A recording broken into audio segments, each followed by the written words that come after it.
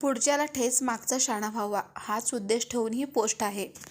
विसरू नका सबसे बडा रोग क्या कहेंगे लोग. गावाच्या लोकप्रिय भाऊंच्या मुलीचं लग्न झालं. लग्नात लाखो रुपये खर्च झाले. मुलीचे लग्न झाले, पार पडले. लग्नात 1000-2000 लोक आली. लांब लांबचे नातेवाईक आले. सुट्ट्या काढून मुक्कामी केले. भाऊची कॉलर टाईट झाली. गावातील वार्डातून निघताना वेगळाच आनंद असायचा. पोरीच्या लग्नानंतर भाऊ जवळपास 2 महिने लग्नाचा चर्चा करायचे. जीवनभराची कमाई लग्नात लावून, मेहनतीची निछावर करून, आटापिटा करून मुलीचे लग्न धूमधडाक्यात करीत भाऊने पोरीचे लग्न लावले. मग काय, सर्व एकाच आमंत्रणात एकदम 2000 लोक आली. औरंगाबाद, धुळे इत्यादी ठिकाणून तसेच विदेशातूनही देखील संबंधित नातेवाईक आले. पाहुणचार तर बोलायचं कामच नाही. लग्न आटोपून 2-3 महिने झाले, पण भाऊ लग्न नाही विसरला. भाऊ आजारी पडला. गेल्या 7 दिवसापासून भाऊ ICUमध्ये भरती आहे. पण लग्नात आलेल्या 2000 लोकांचा समूह कुठं गेला त्याचा पत्ताच दिसत नव्हता. कुठे गेली ती पाहुणचार करणारी लांब लांबची माणसं. भाऊने होती नव्हती कमाई लग्नात खर्च केली. बरेच कर्जही घेतले होते आणि ते कर्ज तसंच होते.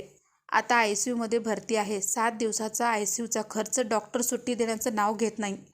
भाऊची पत्नी व्याजाने पैसे घेत आहे. नातेवाईकांनाच पैशाची अडचण, ते तरी कुठून देतील. भाऊ बेडवर पडून होते. मी गेलो भेटायला.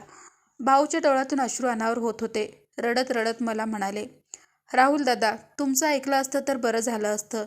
तुम्ही म्हणत होता मुलीच्या लग्नावर लाखो रुपये खर्च करण्याऐवजी तिच्या शिक्षणावर पैसा खर्च कराल तर 100% रिटर्न मिळेल. याला आमच्या बिझनेस लँग्वेजमध्ये रिटर्न ऑन इन्व्हेस्टमेंट म्हणतात. नातं असं की मैत्री, सर्व सुखाची भागीदारी असतात. आपली दुःख व समस्या आपल्यालाच सोडवावी लागतात. राहुल दादा, मी खूप मोठी चूक केली. शान मारण्यासाठी मी सर्वच जमापुंजी लग्नात खर्च केली. आता माझ्यावर अगोदरच बरेच कर्ज आहेत आणि वरून मी हॉस्पिटलमध्ये आणि सर्वांनीच मदतीचा हात काढून घेतला. त्यांना वाटत असेल की मी पैसे परत कधी आणि कसे करेल. हे सांगताना भाऊच्या डोळ्यातून अश्रू ढसाढसा वाहत होते. भाऊ म्हणाले, राहुल दादा, माझ्याकडे आता काहीच नाही. पूर्णपणे कंगाल झालो आहे मी. हे सांगताना अचानक धडकन आवाज आला आणि बाहेर आरडाओरडा सुरू झाला. मी दरवाजा खोलून बाहेर गेलो. बाहेरच्या माझ्याही हृदय स्तब्ध झालं. माझ्याही डोळ्यात आता अश्रू होते. कारण भाऊची पत्नी हार्ट अटॅकने दगावली होती. त्यांची पत्नी आमचं बोलणं लपून ऐकत होत्या. मी लगेच भाऊकडे आलो.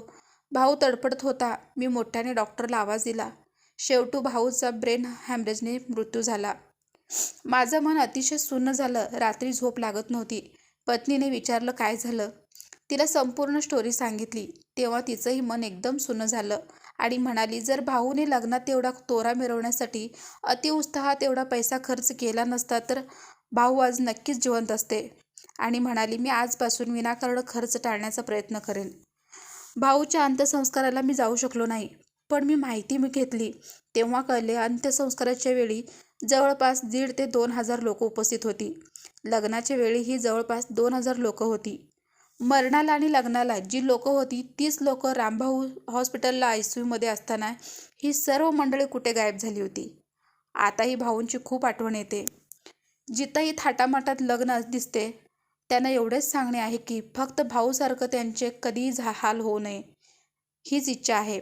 संकटाशी एकट्यालाच सामना करावा लागतो. लोक काय म्हणतील याला बळी पडू नका.